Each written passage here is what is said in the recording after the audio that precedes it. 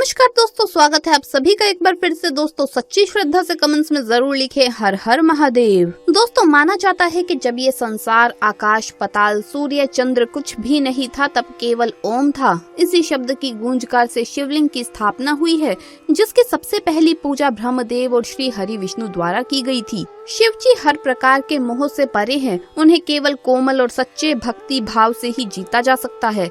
हम शिव जी को भोले भंडारी कहते हैं, क्योंकि वो भोले बाबा है, कोमल हृदय वाले हैं, जो हर किसी को क्षमा प्रदान करते हैं। लेकिन शिव जी का एक रूप रौद्र रूप भी है। वो कुकर्म करने वालों को कभी भी क्षमा नहीं करते। इसीलिए आज महाशिवरात्रि पर ऐसे कुछ कार्यों के बारे में हम आपको बताने वाले हैं, जो शिव पुराण के अनुसार मनुष्य को महाशिवरात्रि के दिन भूल से भी नहीं करने चाहिए, नहीं तो उसे महादेव के क्रोध का सामना करना पड़ सकता है। तो आइए जानते हैं बिना देरी किए ऐसे वो कौन से काम है जो महाशिवरात्रि के दिन मनुष्य को नहीं करने चाहिए। लेकिन दोस्तों उससे पहले आपसे रिक्वेस्ट है कि वीडियो को लाइक करें, अपने दोस्तों के साथ शेयर करें, और अगर आपने अभी तक चैनल को सब्सक्राइब नहीं किया तो सब्सक्राइब करके बेल आइकन जरूर प्रेस कर लें। पहली बात, ऐसी मान्यता है कि भगवान शंकर बैरागी है और बैरागी होने के कारण से वो अपने माथे पर राख या भस्म लगाते हैं। शिव पुराण में भगवान शिव को कुमकुम नहीं लगाने के बारे में उल्लेखित किया गया है। दूसरी बात, हल्दी को ऐसे तो कई कार्यों के लिए उपयोग में लाया जाता है और भगवान शिव बैरागी है और सभी सांसारिक सुखों को त्यागे हुए है, इसीलिए हल्दी भी भगवान शिव की पूजा में शामिल नहीं की जाती। अगर शिव जी को हल्दी लगाते हैं तो इससे इंसान का चंद्रमा कमजोर हो जाता है। तीसरी बात, तुलसी के पत्तों को भी पूजा सामग्री में सम्मिलित नहीं किया जाता। ये शिव की पूजा में वर्जित है।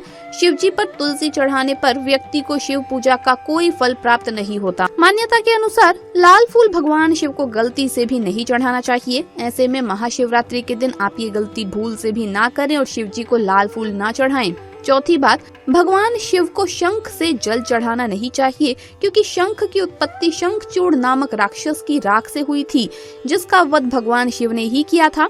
पांचवी बात, पुराणों में वर्णित कथा के अनुसार भगवान शिव को केवड़े या केतकी का फूल भी कभी भी नहीं चढ़ाना चाहिए, क्योंकि एक कथा के अनुसार केतकी के फूल ने एक बार ब्रह्मा जी के झूठ में साथ दिया था और इसीलिए भगवान शिव ने उन्हें नाराज होकर श्राप दिया कि कभी भी भगवान शिव की पूजा में केतकी का इस्तेमाल नहीं होगा।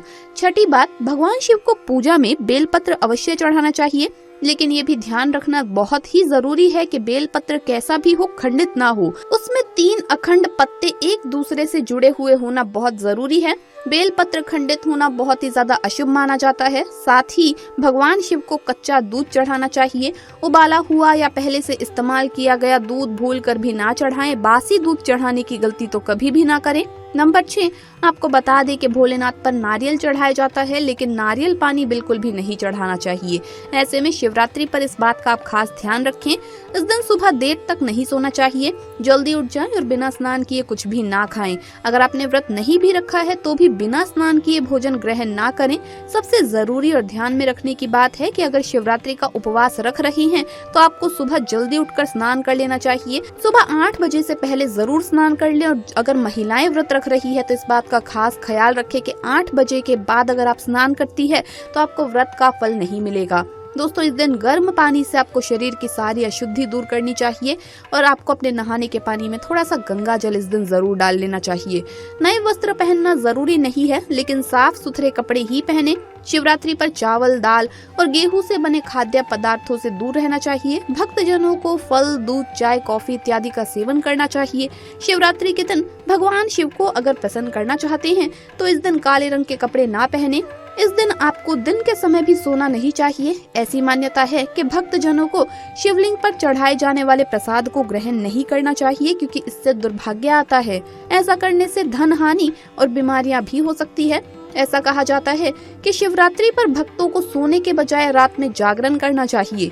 रात्रि जागरण के समय भगवान शिव के भजनों और आरती को गाना चाहिए। व्रत को अगली सुबह स्नान के बाद प्रसाद ग्रहण करके और भगवान शिव को तिलक लगाकर तोड़ा जा सकता है। भगवान शिव की पूजा में भूलकर भी टूटे हुए चावल नहीं चढ़ाने चाहिए। अक्षत का मतलब होता है अटूट चावल। ये पूर्णता का प्रतीक है, इसीलिए शिव जी को अक्षत चढ़ाते समय ये देख ले कि चावल टूटे हुए ना हो। शिवरात्रि पर 3 पत्रों वाला बेलपत्र शिव को अर्पित करें और डंठल चढ़ाते समय आपकी तरफ हो, इस बात का ध्यान रखें। और चिकनी सतह जो है वो शिवलिंग की तरफ होनी चाहिए बेलपत्र की। टूटे हुए या कटे फटे बेलपत्र नहीं चढ़ाने चाहिए। इस दिन कुछ खास चीजें भी अगर आप घर पर लाते हैं तो शिव जी की कृपा आप पर पूरा साल बरसती है, बहुत ही ज्यादा शुभ माना जाता है। नंबर 1, गंगा जल।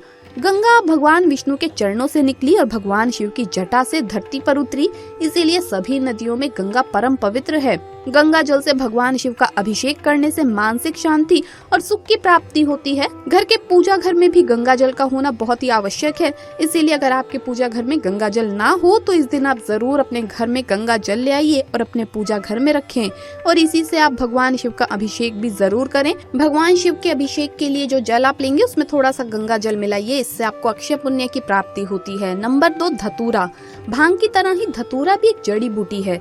भगवान शिव के गले में विष के प्रभाव को दूर करने के लिए धतूरे का प्रयोग भी किया गया था, इसीलिए शिव जी को धतूरा अति प्रिय है। महाशिवरात्रि के अवसर पर शिवलिंग पर धतूरा अर्पित करें, इससे शत्रु का भय दूर होता है। कोई भी अगर आपका गुप्त शत्रु है तो अब वो आप पर जीत नहीं पाएगा, साथ ही धन संबंधित मामलों में भी उन्नति होती है। नंबर 3, भांग। भगवान शिव ने हलाहल विष का पान किया है। इस विष के उपचार के लिए कई तरह की जड़ी बूटियों का प्रयोग देवताओं ने किया, इसमें भांग भी एक है, इसीलिए भगवान शिव को भांग बेहद प्रिय है। शिवरात्रि के अवसर पर भांग के पत्ते या भांग को पीसकर दूध या जल में घोलकर भगवान शिव का अभिषेक करें तो रोग दोष से मुक्ति मिलती है। इस दिन आपको भांग खानी भी जरूर चाहिए। अगर आप भांग नहीं खाते हैं तो बेशक बिल्कुल थोड़ा सा आप ले लें, लेकिन इस दिन भांग खाना बहुत ही लाभदायक और शिव कृपा के लिए शुभ माना जाता है। इस दिन आपको कोई सफेद रंग की मिठाई भी जरूर खानी चाहिए। अगर आप भांग नहीं खा सकते हैं तो सफेद रंग की मिठाई तो जरूर खा ले इस दिन। दोस्तों, भगवान शिव को दूध, गुलाब जल, चंदन, दही, शहद, घी, चीनी और जल का प्रयोग करते हुए तिलक लगाएं। भोलेनाथ को वैसे तो कई फल अर्पित किए जा सकते हैं, लेकिन शिवरात्रि पर बेर जरूर अर्पित करें, क्योंकि बेर को चिरकाल का प्रतीक माना जाता है। शिवरात्रि पर भोलेनाथ को प्रसन्न करने के लिए चंदन का टीका भी आप लगा सकते हैं। शिवलिंग पर कभी भी कुमकुम आपको नहीं लगाना चाहिए, मैं आपको बता चुकी हूँ, लेकिन आपको माँ पार्वती और भगवान गणेश की मूर्ति पर कुमकुम से तिलक जरूर करना चाहिए। इस दिन सुहागन महिलाओं को कुमकुम जरूर अर्पित करना चाहिए माँ पार्वती को, और साथ ही अगर आप 16 श्रृंगार का सामान अर्पित करती है तो इससे आपके पति को दिन दुगनी रात चौगुनी तरक्की देखने को मिलती है, क्योंकि दोस्तों ऐसे शादीशुदा जोड़ों पर भगवान शिव और माँ पार्वती हमेशा अपनी कृपा बनाए रखते हैं। इसी के साथ दोस्तों इस बात का ध्यान रखें कि कुंवारी कन्याएं जब भी पूजा करें तो शिवलिंग का स्पर्श ना करें। कुंवारी कन्याओं को शिवलिंग स्पर्श नहीं करना चाहिए।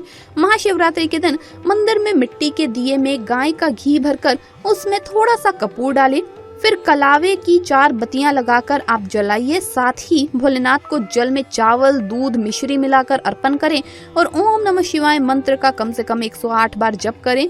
इससे सेहत अच्छी रहेगी और बीमारियों से निजात मिलेगी। इस उपाय से शिव जी प्रसन्न होते हैं और आपको व्यापार व नौकरी में भी सफलता मिलती है। अगर विवाह में देरी हो रही है तो महाशिवरात्रि से अच्छा कोई अवसर है ही नहीं आपके लिए।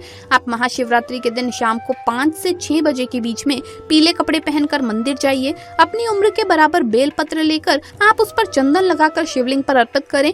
हर बेलपत्र अर्पित करते हुए ओम नमः शिवाय कहें। गूगल की धूप जलाकर शिवलिंग को दिखाइए और जल्दी विवाह कराने की प्रार्थना करें।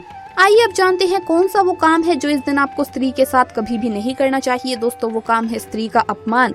शिवजी और माता पार्वती के अर्धनारीश्वर स्वरूप के बारे में हम सभी जानते हैं और उनकी पूजा व आराधना भी करते हैं, लेकिन फिर भी अर्धनारीश्वर का मतलब कुछ मनुष्य समझ नहीं पाते और स्त्रियों का अपमान या उनके साथ गलत बर्ताव करते हैं। अगर आप चाहते हैं कि सच में शिव जी आप पर प्रसन्न हो तो महाशिवरात्रि के दिन भूल से भी किसी नारी का अपमान ना करें। इस दिन आप प्रण जरूर लें कि आप कभी भी किसी भी नारी का अपमान नहीं करेंगे, चाहे वो आपकी माता हो, बहन हो, पत्नी हो, बेटी हो या अन्य कोई भी स्त्री हो। किसी भी स्त्री के बारे में अपशब्द नहीं कहेंगे। तो दोस्तों, आपको ये वीडियो कैसा लगा हमें कमेंट्स में जरूर बताएं। इस वीडियो को लाइक करें, अपने दोस्तों के साथ शेयर करें और अगर आपने अभी तक चैनल को सब्सक्राइब नहीं किया तो सब्सक्राइब करके बेल आइकन जरूर प्रेस कर लें। जल्द मुलाकात होगी अगली वीडियो में। हर हर महादेव, जय महाकाल।